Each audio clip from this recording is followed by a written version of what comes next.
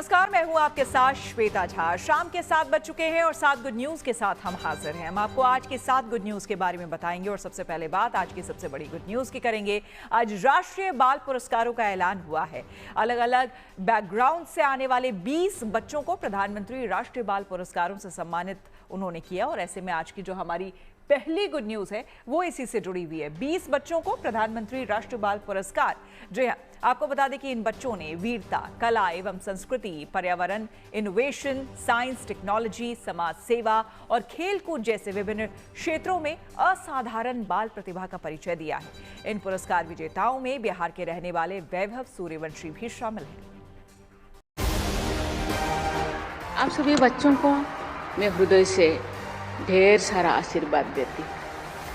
आज राष्ट्रीय बाल पुरस्कार प्राप्त करने के लिए मैं सभी बच्चों को बहुत बहुत बहुत बधाई देती हूँ।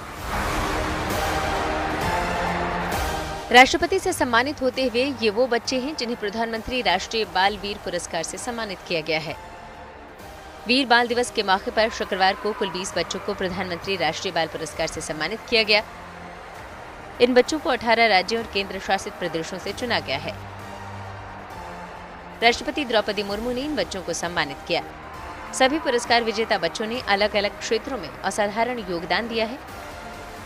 वीरता, कला एवं संस्कृति, पर्यावरण, इनोवेशन, साइंस, टेक्नोलॉजी, समाज सेवा और खेलकूद जैसे विभिन्न क्षेत्रों में असाधारण बाल प्रतिभा का परिचय देखने को मिला।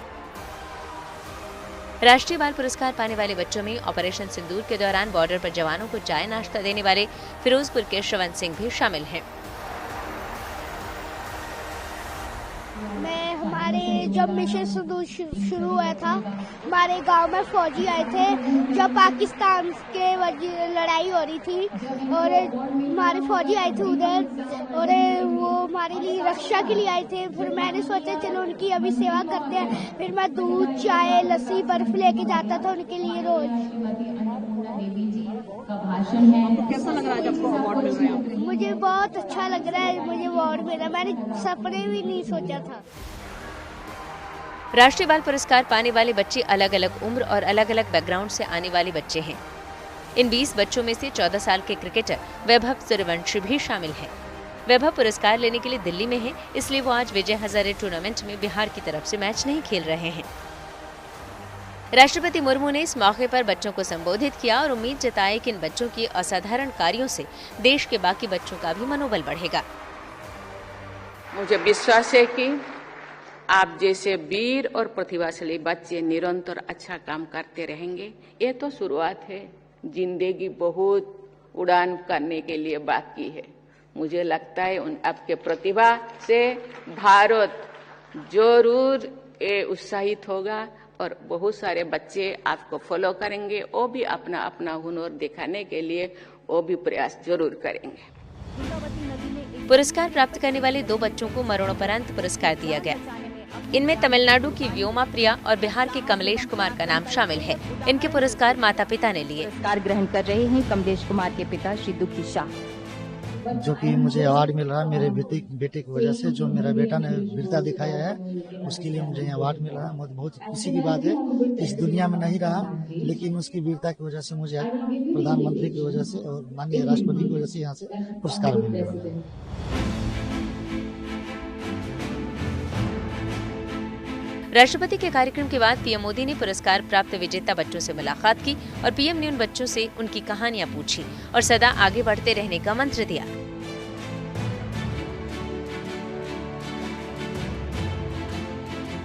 उसके बाद उन्होंने बच्चों को संबोधित किया। अभी उनसे काफी गप्पे गोष्ठी करने का मौका मिला और इनमें से किसी ने असाधारण बहादुरी दिखाई है,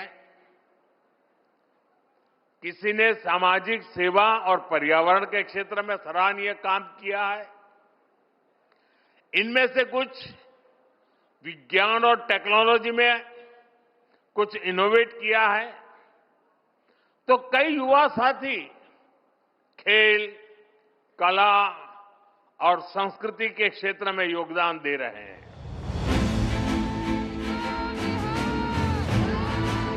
26 दिसंबर 1705 को गुरु गोविंद सिंह जी के चारों बेटों की मुगल सेना ने हत्या कर दी थी।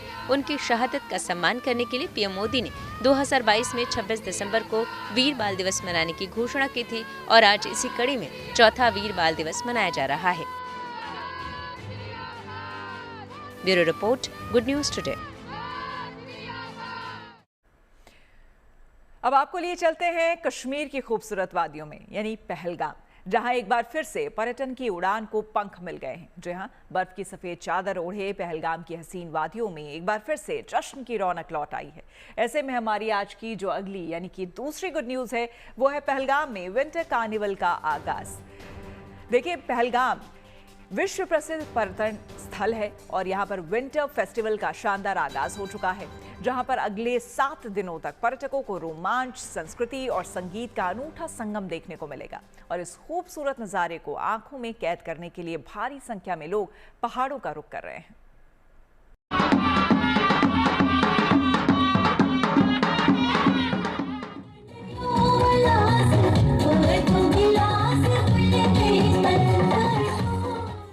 बर्फ से ढकी वादियों के बीच कश्मीर के खूबसूरत पर्यटन स्थल पहलगाम में विंटर फेस्टिवल का भव्य आगाज हो गया है।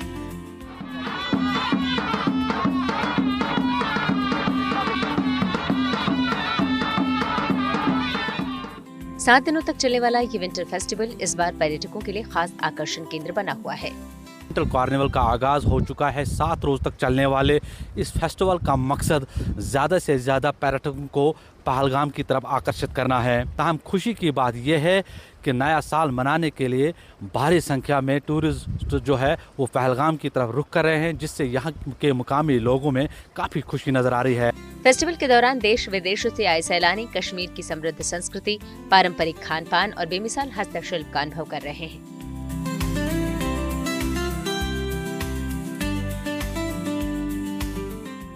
मौका नए साल का है तो देश दुनिया के पर्यटक कश्मीर का रुख कर रहे हैं। इस बीच सैलानी पहलगाम भी पहुंच रहे हैं और सांस्कृतिक कार्यक्रम, स्थानीय कलाकारों की प्रस्तुतियां और कश्मीरी लोक संगीत की मधुर धुनों पर झूमते नजर आ रहे हैं। हम लोग बहुत खुश है यहाँ पर, हम लोगों को ऐसी चीजें देखने को मिली और एंजॉय किया हम लोगों ने। यहाँ हमने स्टे 1 दिन का लिया, मुझे लग रहा है यहाँ मुझे 4-5 दिन का स्टे लेना चाहिए। इतनी अच्छी वादियाँ, खुली खुली सी धूप, बहुत ही मस्त मौसम है यहाँ का और यहाँ के लोग भी बहुत अच्छे हैं। और ये जो आज फेस्टिवल कार्निवल है, ये हम लोग के आने के पड़ा है, ये बहुत ही अच्छा मौका लगा मुझे कि हम लोग ऐसे दिन हम लोग आज यहाँ पे आए। कश्मीर में हर साल बर्फबारी का सीजन जश्न का संदेश लेकर आता है। कश्मीर में बर्फबारी के साथ ही विंटर स्पोर्ट्स की शुरुआत हो जाती है। इसी कड़ी में पहलगाम का विंटर फेस्टिवल पर्यटकों के लिए विशेष आकर्षण का केंद्र बन रहा है। विंटर्स की एक अलग बात होती है एंड विंटर फेस्टिवल जब हमने ऑर्गेनाइज किया है, आज इनॉग्रेशन हुई है उसकी, तो that will be a new experience for the tourist, for the guest and for the locals. तो we are positive that everything will go well and everything is positive right now. नए साल का जश्न मनाने के लिए पहलगाम में पर्यटकों का आना शुरू हो गया है। इसके लिए प्रशासन ने बड़े स्तर पर इंतजाम किए हैं। इस विंटर फेस्टिवल के जरिए कश्मीर में पर्यटन को बढ़ावा देने की कोशिश की जा रही है।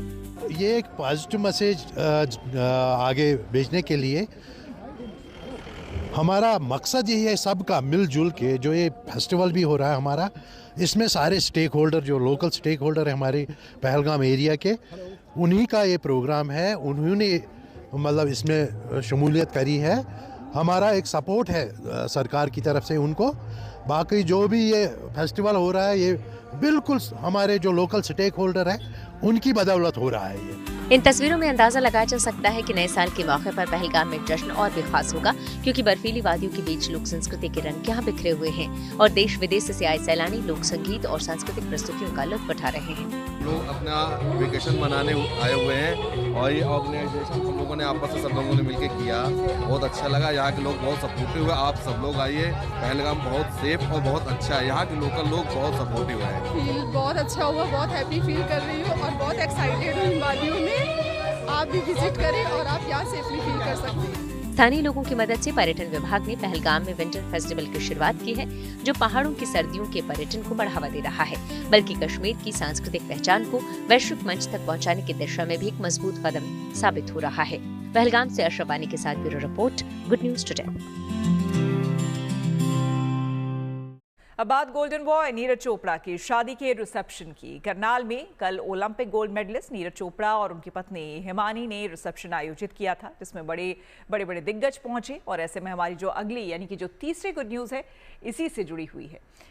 आपको बता दें कि करनाल में हुआ गोल्डन बॉय का reception. Olympic gold medallist Neeraj Chopra और उनकी पत्नी हिमानी ने भव्य रिसेप्शन में प्रदेश की कई बड़ी राजनीतिक हस्तियां वहां पर पहुंची थी और दोनों को उन लोगों ने आशीर्वाद दिया। खास बात यह है कि नीरज चोपड़ा ने एक ही दिन में 2 पार्टी दी। पहला आयोजन दोपहर को हुआ और दूसरा शाम को हुआ। शाम को नीरज और हिमानी को शुभकामनाएं देने के लिए हरियाणा के मुख्यमंत्री नायब सिंह सैनी भी शामिल हुए।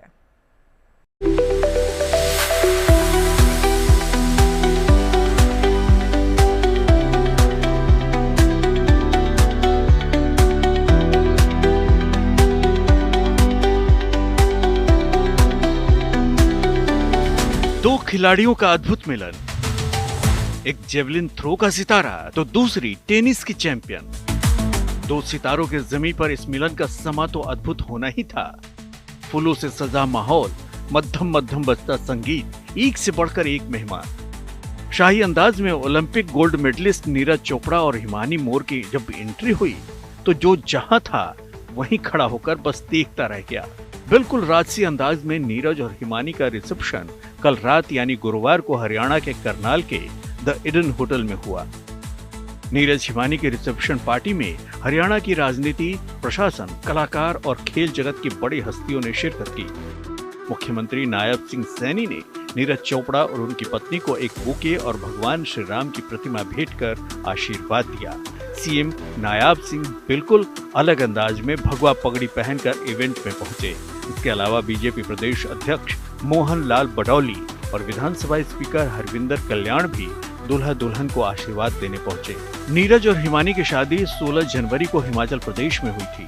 बहरहाल करनाल में हुए रिसेप्शन कार्यक्रम में भी जोरदार रंग चढ़ा। रिसेप्शन के लिए सजा स्टेज भी काफी सुंदर तरीके से डिजाइन किया गया था, जिस पर N और H लिखा हुआ था, यानी नीरज और हिमानी। साथ ही वो कमल के फूल जैसा दिख रहा था। जबरदस्त खूबसूरती भी समेटे हुए था। रिसेप्शन के दौरान नीरज हिमानी की वेडिंग शूट भी दिखाई गई। स्टेज पर खड़े नीरज और हिमानी शादी के पलों को याद करते हुए एक दूसरे में खोए नजर आए। इस बीच दोनों आपस में शादी के पलों के बारे में भी बात करते दिखे। जाहिर है नीरज चोपड़ा के परिवार के लिए भी ये पल बेहद खास है। आशीर्वाद इतना मिला कि हम तो धन्य हो गए और बड़े खुश नसीब है कि इतनी सारी विभूतियाँ, महान विभूतियाँ आई तो बड़ा अच्छा लगा इनका आशीर्वाद पाकर। 27 को सर दिल्ली में भी है प्रोग्राम। जी जी जी जी प्रधानमंत्री जी को इनवाइट किया सर। हाँ, देखो वहाँ पे कौन कौन से सर आते हैं। Olympic gold medallist Neeraj Chopra ने पूरी दुनिया में देश का नाम रोशन किया है। लिहाजा अब नीरज ने जिंदगी की नई पारी की शुरुआत की है, तब उन्हें देश भर से शुभकामनाएं मिल रही हैं। देखिए, नीरज और हिमानी दोनों को मैं बहुत बहुत शुभकामनाएं दूंगा। उनका वैवाहिक जीवन भी इसी तरीके से बहुत खुशी का रहे, जैसे खुशी उन्होंने पूरे देश को, हम सबको दी है। क्योंकि निश्चित रूप से नीरज एक ऐसा समर्पित एक व्यक्तित्व है जिसने बड़ी फोकस्ड मेहनत करके देश के नाम को आज बहुत ऊंचा किया है। हमें उसके ऊपर गर्व है, वो हमारा बच्चा है और उसके उज्जवल भविष्य की हम कामना करते हैं कि आने वाले समय में भी नीरज इसी प्रकार से नई ऊंचाइयों को छूता रहे और देश के गौरव को बढ़ाता रहे। अब 27 दिसंबर को दिल्ली के लीला होटल में एक और रिसेप्शन पार्टी रखी गई है, जो खास तौर पर वीआईपी और अन्य विशिष्ट अतिथियों के लिए होगी। इसके लिए प्रधानमंत्री नरेंद्र मोदी को भी न्योता भेजा गया है, जिसकी पूरी जिम्मेदारी नीरज खुद संभाल रहे हैं। इसके अलावा पूर्व राष्ट्रपति रामनाथ कोविंद समेत कई बड़े नेता और नामचीन हस्तियों को भी आमंत्रण दिया गया है। करनाल से कमलदीप के साथ ब्यूरो रिपोर्ट, गुड स्टे। और अब आज जयपुर की चर्चित डिजाइनर आशना वासवानी की। आशना ने अपनी लेटेस्ट कलेक्शन रेंज जारी की है और उसका नाम दिया है देवी ड्रेप्स 2.0। ये कलेक्शन महज कपड़ों की एक नई रेंज नहीं बल्कि भारतीय नारी की शक्ति की कहानी है। ऐसे में हमारी अगली यानी कि चौथी गुड न्यूज इसी से जुड़ी हुई है और वो है जयपुर की आशना ने लॉन्च किया देवी ड्रेप्स 2.0। देखिए, जब खादी की सादगी को डेनिम की बेबाकी से अगर वो टकरा जाए तो जन्म लेता है एक ऐसा फैशन स्टेटमेंट जो न सिर्फ नजरें रोकता है बल्कि सोच को भी चुनौती देता है। जयपुर की चर्चित सेलिब्रिटी डिजाइनर आशना वासवानी ने अपने लेटेस्ट कलेक्शन डेवी ड्रेप्स 2.0 के जरिए ठीक यही किया है। ये कलेक्शन महज कपड़ों की एक नई रेंज नहीं बल्कि भारतीय नारी की शक्ति, आत्मनिर्भरता और आधुनिकता का रोमांच इसमें नजर आएगा। जहां आमतौर पर डेनिम और कैजुअल्स और स्ट्रीट फैशन तक सीमित माना जाता है और खादी को पारंपरिक कुर्ते या फिर साड़ी की सीमा में बांध दिया जाता है, वहीं डेवी ड्रेप्स इन दोनों फैब्रिक्स को लग्जरी और हाई एंड फैशन के मंच पर एक साथ आत्मविश्वास के साथ प्रस्तुत करता है। जयपुर की डिजाइनर आशना वासवानी ने एक ऐसा कलेक्शन लॉन्च किया है जिसमें खादी और डेनिम का फ्यूजन देखने को मिल रहा है और अलग अलग तरीके से, क्योंकि men's wear, women's wear, bridal और प्री ब्राइडल कलेक्शन ये अपने इस पूरे, जैसा कि आपने हमें नाम भी बताया, देवी ड्रेप में लेके आई है। तो आशना, देवी ड्रेप क्या है, क्या इसके पीछे की सोच रही है, वो आप हमें बताइए। So Devi drape is inspired from a lot of goddesses all over India, and अगर आप देखेंगे कि Devi is like Shakti, right? So basically it was for women empowerment, and that's what our focus was. And we've used fabrics like denim, khadi, kota doria, and gold silk jacquard. और इनके जो cuts हैं, अगर आप ये देखेंगे, we have made blazers, waistcoat, and वो हमने लहंगे के साथ टीम करा है. So it's very empowering. There are power shoulders. अगर आप इसके वर्क देखेंगे तो ये इस पे बालाजी का मोटिव बना हुआ है स्लीव्स पे। सो ये बहुत ही एम्पावरिंग है। और अगर आप साउथ में बालाजी के उसमें जाएंगे तो उसके अंदर आप देखेंगे लक्ष्मी का, वहाँ पे उनके जो बालाजी टेम्पल है उसके अंदर जो उनकी जो मूर्ति है नीचे आपको लक्ष्मी का फिगर देगा। So this was very inspiring for me कि how the power of devi and how the power of women rules the world. भगवान बुद्ध की ज्ञान स्थली बोधगया में ठंड के मौसम के साथ ही पर्यटन सीजन ने रफ्तार पकड़ ली है। जैसे जैसे सर्दी बढ़ रही है वैसे वैसे देशी नहीं बल्कि विदेशी पर्यटकों का बोधगया पहुंचने का सिलसिला भी तेज हो गया है। खास बात यह है कि बोधगया आने वाले विदेशी पर्यटकों की थाली में पोषक तत्वों से भरपूर सब्जियां और साग पहली पसंद होती है, जिससे कि वहां के किसानों को बम्पर मुनाफा हो रहा है। ऐसे में हमारी अगली यानी कि जो 5वीं गुड न्यूज है वो इसी से जुड़ी हुई है। गया में किसानों को चाइनीज साग से बम्पर मुनाफा। जी हाँ, आपको बता दें कि बोधगया में अक्टूबर से मार्च तक पर्यटन सीजन चलता है और इस दौरान थाईलैंड, वियतनाम, कंबोडिया, चीन, अमेरिका सहित कई देशों से बड़ी संख्या में विदेशी पर्यटक और बौद्ध श्रद्धालु भगवान बुद्ध के दर्शन और ध्यान साधना के लिए यहां पहुंचते हैं। ऐसे में विदेशी पर्यटकों की खाने की पसंद को ध्यान में रखते हुए बोधगया के किसान पर्यटन सीजन शुरू होने से पहले ही अपने खेतों में चाइनीज साग और चाइनीज सैलड की खेती शुरू कर देते हैं। पर्यटन सीजन के आते आते ये चाइनीज साग और सैलड पूरी तरह से तैयार हो जाते हैं, जिन्हें किसान सीधे बोधगया के स्थानीय बाजारों में उतार देते हैं। विदेश से आए पर्यटकों के बीच इन सागों की मांग इतनी ज्यादा होती है कि बाजारों में ये हाथों हाथ बिक जाते हैं। 2012 से हमने खेती कर रहा, पहला बोधगया से। पहला बीज हमने थाईलैंड से लाने का काम किया, मंगवाने का। हमारे कुछ थाईलैंड का दोस्त मिले, उनको मिलने के बाद वो आए हमको पास, हमको यहाँ पर बताएं चीज़ सब्जी आप करिए।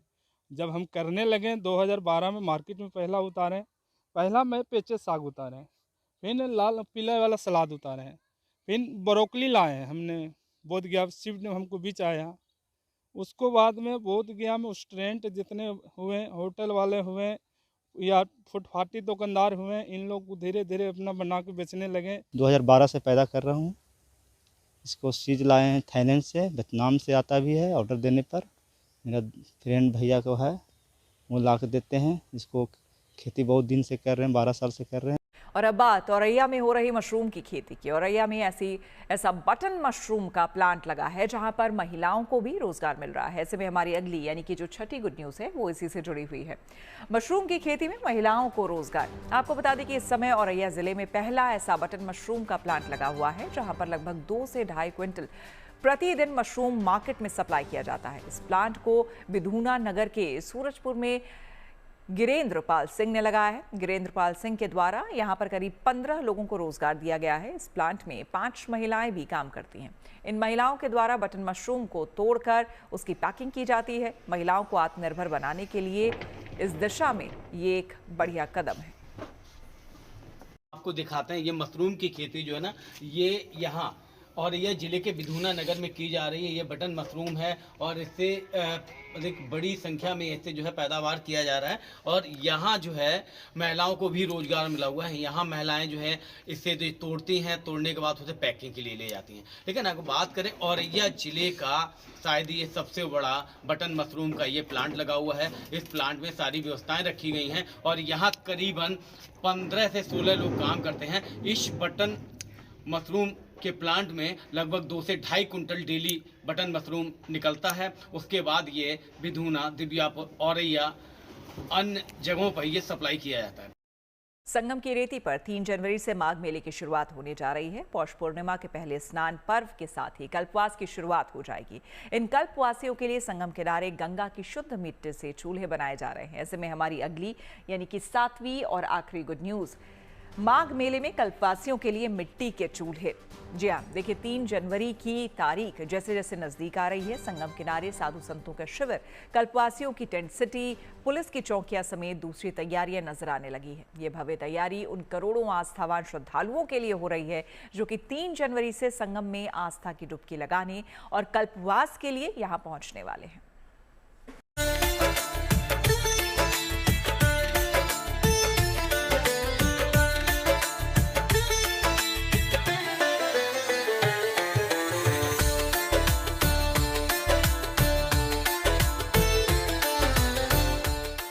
संगम की रेती पर जल्द ही आस्था, तप और परंपरा के महापर्व का आगाज होने जा रहा है। संगम की पावन रेती एक बार फिर साधना की साक्षी बनने जा रही है। 3 जनवरी से संगम तट पर माघ मेले का शुभारंभ होने वाला है, जिसकी शुरुआत पौष पूर्णिमा के पहले स्नान पर्व के साथ होगी। इसी के साथ शुरू होगा कल्पवास, जो आत्म शुद्धि और साधना का प्रतीक माना जाता है। संगम की रेती पर सबसे बड़े धार्मिक और आध्यात्मिक मेले माघ मेले की शुरुआत 3 जनवरी से हो रही है और इस माघ मेले में 12 से 15 करोड़ श्रद्धालुओं के आने की उम्मीद जताई जा रही है। इस माघ मेले में भारी संख्या में श्रद्धालु आते हैं, कल्पवासी आते हैं और अपने कल्पवास को पूरा करते हैं। कल्पवासी यहाँ पर आकर के 3 वक्त स्नान करते हैं, 1 वक्त भोजन करते हैं और पूरा दिन पूजा पाठ में लगे रहते हैं। कल्पवासियों के लिए संगम किनारे तैयारियां जोरों पर हैं। गंगा की शुद्ध और पवित्र मिट्टी से चूल्हे बनाए जा रहे हैं ताकि कल्पवासी अपनी परंपरा के अनुसार भोजन स्वयं पकाकर प्रसाद रूप में ग्रहण कर सके। केवल वह त्रिवेणी तीर्थराज प्रयाग तक ही नहीं, जहां तक यह तीर्थराज महाराज का क्षेत्र है वह इस मुखमंडल के अंतर्गत सब आता है। इसलिए माँ गंगा के तीर्थराज प्रयाग के क्षेत्र में जहां तक है सब में कल्पवासी बसते हैं और चूल्हे का वहीं प्रयोग होता है, जिसपे कि प्रकृति द्वारा निर्मित लकड़ी से लेकर के इन माँ गंगा के मिट्टी से बने हुए चूल्हे अपने आप को माँ गंगा और प्रकृति माता को समर्पण भाव के दृष्टिकोण से वे कल्पवास करते हैं। कल्पवास बेहद कठिन तप है। इस दौरान साधु संत और गृहस्थ पूरे 1 महीने तक संगम की रेती पर बने तंबुओं में कठिन तप, जप और साधना करते हैं। इस दौरान उनकी दिनचर्या अत्यंत संयमित और नियमित होती है। ये तप इतना कठिन है कि कड़कड़ाती ठंड के बीच कल्पवासियों को 3 बार गंगा स्नान करना होता है। वो भूमि पर शयन करते हैं। इसके साथ ही 1 वक्त भोजन प्रसाद ग्रहण करते हैं, जिसे मिट्टी के चूल्हे पर बनाया जाता है। माघ मेले में पौष पूर्णिमा से माघ पूर्णिमा तक कल्पवासी यहाँ माँ गंगा के आंचल में शयन करके बिताते हैं। इसी चूल्हे पर बना हुआ भोग प्रसाद ग्रहण करते हैं और केवल सूर्योदय तक ही, जब तक भगवान सूर्य का दिव्य दर्शन होता रहे, जिस प्रकार से संतों का कल्पवास बीतता है त्रिकाल संध्या करके, ठीक उसी निमित्त गारहस्थ भी कल्पवासी के रूप में अपने जीवन को कृतार्थ करते हैं इस माघ मेले में। खास बात है कि कल्पवासियों के लिए बड़ी संख्या में संगम के किनारे झुग्गी झोपड़ी में रहने वाले लोगों ने गंगा की पवित्र मिट्टी से चूल्हे तैयार किए हैं और कल्पवासियों के आने पर इन्हीं मिट्टी के चूल्हों पर कल्पवासी भोजन तैयार करेंगे। यानी माघ मेला केवल एक धार्मिक आयोजन नहीं, बल्कि आस्था, संयम और आत्मिक शुद्धि का महासंगम भी है। जहां संगम की रेती पर तप और साधना से जीवन को नया अर्थ मिलता है। प्रयागराज से पंकज श्रीवास्तव के साथ bureau report, good news today. तो इसी के साथ 7 बजे 7 गुड न्यूज में मेरे यानी कि श्वेता झा के साथ फिलहाल इतना ही। देश दुनिया की तमाम पॉजिटिव खबरों के लिए आप देखते रहिए गुड न्यूज टुडे।